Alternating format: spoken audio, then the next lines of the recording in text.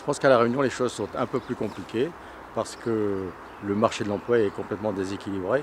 25%, même un peu plus, de chômeurs à La Réunion, c'est un peu plus compliqué. Néanmoins, il y a des secteurs qui recrutent et le président Macron parlait du secteur de la restauration. C'est vrai que c'est un secteur qui recrute beaucoup.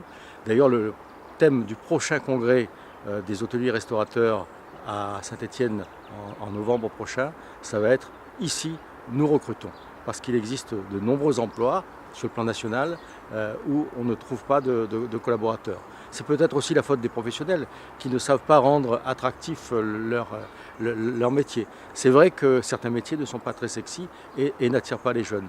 Néanmoins, aujourd'hui, il y a de la place pour des bons cuisiniers, il y a de la place pour des serveurs, pour des maîtres d'hôtel, pour du personnel dans l'hôtellerie et les jeunes doivent en tenir compte.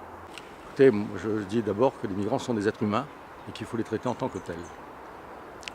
Après, sur un petit territoire comme celui de La Réunion, c'est vrai qu'on a déjà du mal à trouver des emplois pour tout le monde et qu'il est important de contrôler l'accès à l'île de La Réunion, notamment pour des raisons de sécurité. Mais il faut les traiter comme des êtres humains. On a assisté à l'arrivée de nombreux migrants, notamment à Paris, qui sont venus chercher de l'emploi, qui sont venus chercher des conditions de vie meilleures. Il est certain que ces migrants ne repartiront pas de France. Donc il faut les accompagner dans leur démarche. Et je pense qu'il faut leur donner, sinon pas de formation, les formations qu'il faut. Il faut arriver à les intégrer parce qu'on ne peut pas accepter que des êtres humains soient traités de la sorte. Les chiffres du tourisme sont à la hausse. Ouais. Il faut que cela continue.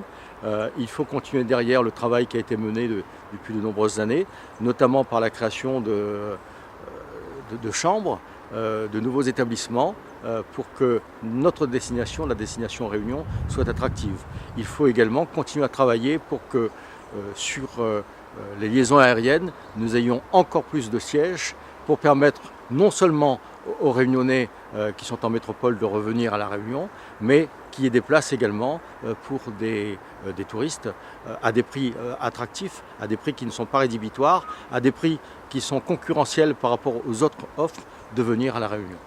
Alors le tourisme chinois, il est en phase de développement. Il semblerait qu'en 2018, les chiffres soient en stagnation.